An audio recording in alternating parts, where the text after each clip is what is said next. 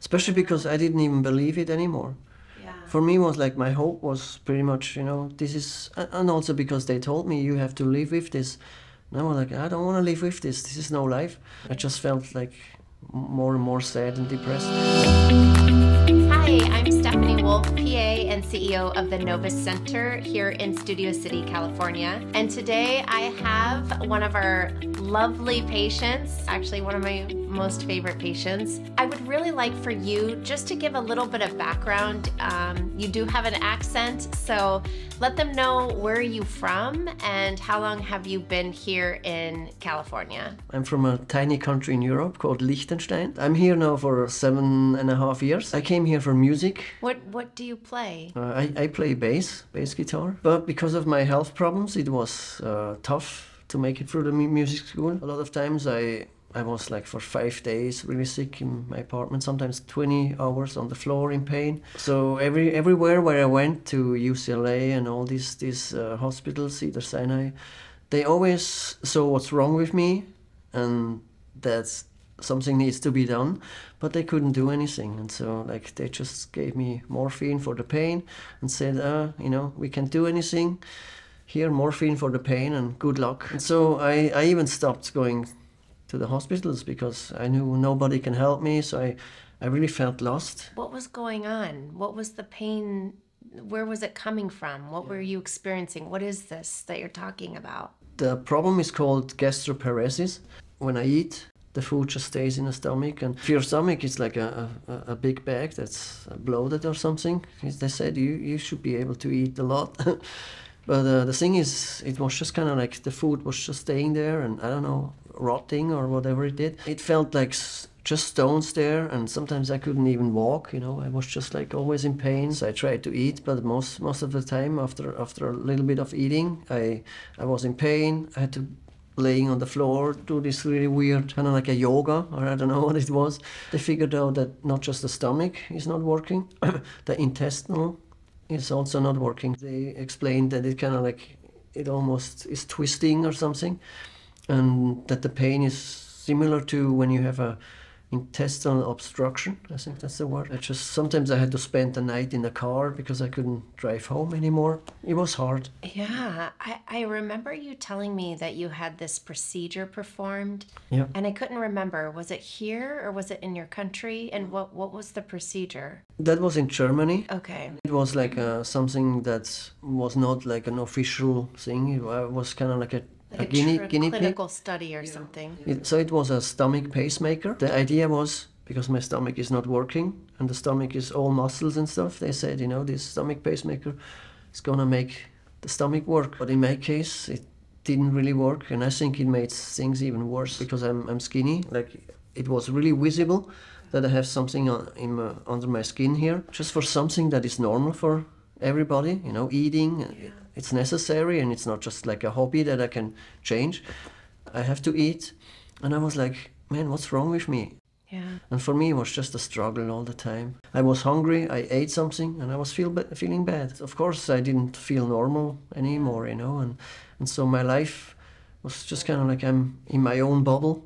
Yeah. And I just see all the people living their lives and enjoying eating and all, doing all that stuff, and I felt like, you know, kind of like strange, just in my own little bubble, and I can't do what other people can. Because before, when people ask me, hey, you want to play in a band? I was like, I would love to, but the problem is I cannot be reliable, you know? Like I can be feeling good, and 3 hours later, because I ate something, I'm in pain and I can't do anything. And so when people rely on me for rehearsals or for concerts, and Do you still have the pacemaker? no, after 3 years, they took it out, but they forgot a cable inside. Oh, wow. They said nothing's gonna happen. Why can't you take everything out, you know? Why can't we just start over? Yeah. Okay, so when that was removed, how long until you then came to Los Angeles? Like here, I was in such a bad shape. I didn't have an apartment. I was living in a van or with friends on the couch and stuff, and it was tough, yeah. Wow. I wanted to stay here because I knew back home nobody can really help me, and I didn't want to like be a burden on my family with my problem, because it's hard for for a mom also to see you like that. But I was like, I'd rather die here instead of going home and making trouble again. And from 2015, I haven't been home since then. I was not able to go home because of my health. So you called the office and you spoke to someone, and they had you come in for an appointment. Mm-hmm. Do you remember, did it take long to come in for the appointment, or was it fairly quick? Or no, everything was very quick, and then I came, and I think we had the first talk, and that was already, I felt already in good hands. Good. You did some tests and stuff with me. I don't remember. It's been a few years now. But that's and then when I came back in, and you kind of really explained me, hey, this is wrong, and this needs to be fixed, and this, and so I had hope again. I was not just looking for testosterone, also for exosome and stem cell treatments, and I think that's why I finally was able to choose this clinic. So let me ask you this, because I do know that we do pellet treatment on you, pellet testosterones. And before, with the other doctor, you were doing injectable? Injectable, yeah. So for you, what is the difference between doing injectable testosterone versus pellets? Like, what did you notice? The injectables, I didn't really, to be honest, I didn't feel any difference. But with the pellets, I really felt a difference. And maybe also because it's not just a thing you inject and then it goes wherever in your body, I think, because it just slowly gets in your body and at the right spots. I don't know. When did you start to notice the difference? Was it like a week later, 2 weeks, a month? Like, as far as your testosterone level goes with the pellets? The very first time, I don't remember, but I think we did it like 3 times now. Yeah. And I know the last 2 times, it was pretty much like after 1 or 2 weeks. Yeah. Yeah. You start noticing that it's actually working. Yeah. And what specifically do you notice first? Like, is it a spike in your energy? Is it better sleep? Like, what is it that you notice? Yeah. Better sleep and more energy for sure, but also that I was able to eat more, and it's just like the pain somehow also was not like there anymore. Now, I know that we also added some peptides to you. And, we did specific peptides such as the thymosin alpha, the thymosin beta. I know we also have done the BPC 157, and we kind of did all 3 of them, as injections. What can you say about the peptides, using them versus not using them? Like, what do you notice difference-wise as far as your pain, your energy, that kind of stuff? What would you say about it? Hard to say. It was all kind of part of it. And because I'm not using them for a while now, and I'm still doing so good. Okay. Yeah. Now remember, you came to see us in 2020. It's now 2022. So we've done quite a lot of this. Yeah. Like, I don't remember how it was the first time. It's almost like it was building. Yeah. Right? Like it was healing your stomach. Every time we did this routine, it just kept getting better and better and better. I remember, like you said, we should do a second and a third. Yeah. And so at that time I didn't have the money to do the second, and so that's why it decreased again. Okay. So I was feeling a little not good anymore for a while. But then when I had finally the money again, and I had help from great people from back home, a foundation who really helped me pay for the second and the third treatment. Yeah. That was a huge difference. Yeah. Wow. I remember, like, I was even for 5 months, I was doing great. And then I had only like 2 weeks where I was doing bad, like really bad. And I was like, no, not again. But then I came back and did the third treatment, and pretty much since... So it really is additive. So it's like we did this one and it lasted maybe a month.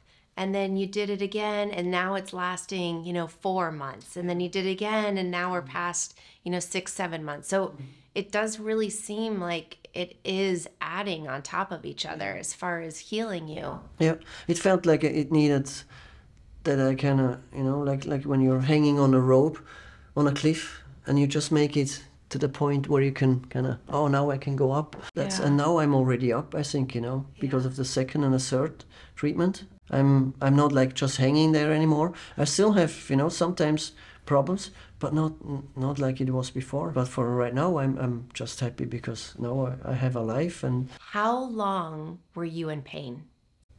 Almost my whole life. Almost your whole life? It started when I was 13 years old. Wow. My young life, you know, I was the first time where I was almost for a year in sick at home. It was when I was 18, you know. That's like when most people just enjoy their life and have girlfriends and start raising a family and stuff. And for me, it was just struggling. And so, yeah, I'm 46 now, so it was like more than 30 years I was just dealing with this. You know, going back to, I always like to talk about, let's say people who have 100 pounds to lose, right? And they'll say, well, how quickly can I lose this 100 pounds? Well, how long did it take for you to gain those 100 pounds? Why do you think you're going to lose those 100 pounds in 6 weeks, right? It takes time for your body to heal. So the fact that your body has healed this fast over 2 years and it's continually moving forward is incredible.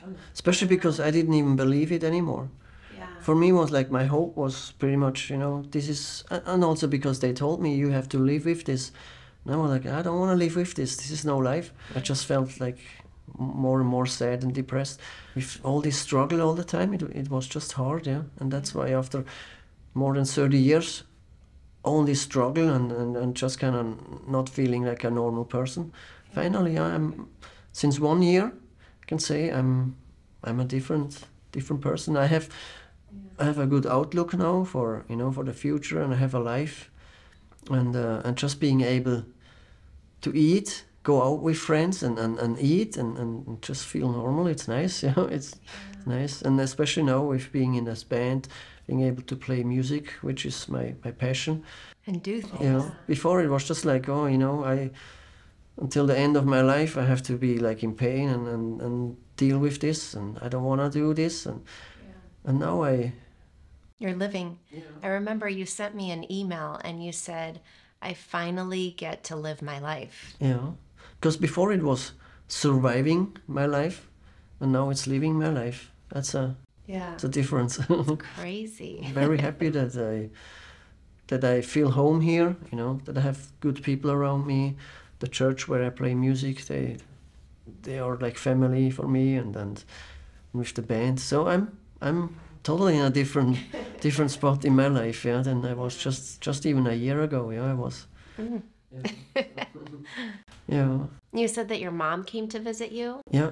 And tell me what that was like. So we haven't seen each other in person for, you know, more than 7.5 years pretty much.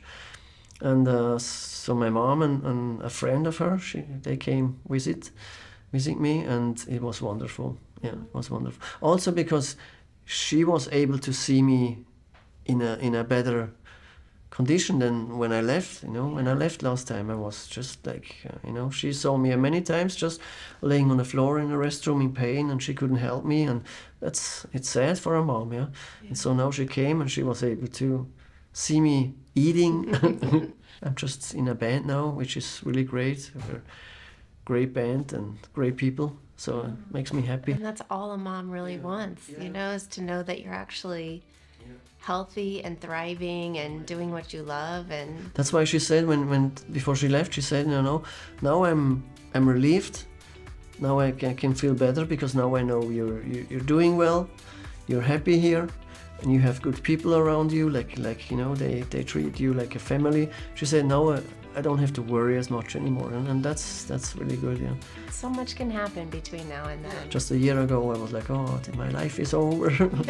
But now I have a life, and I can move forward and see what's gonna happen. Well, I'm so happy that you found us. Yeah, me too. Me too. Thank you.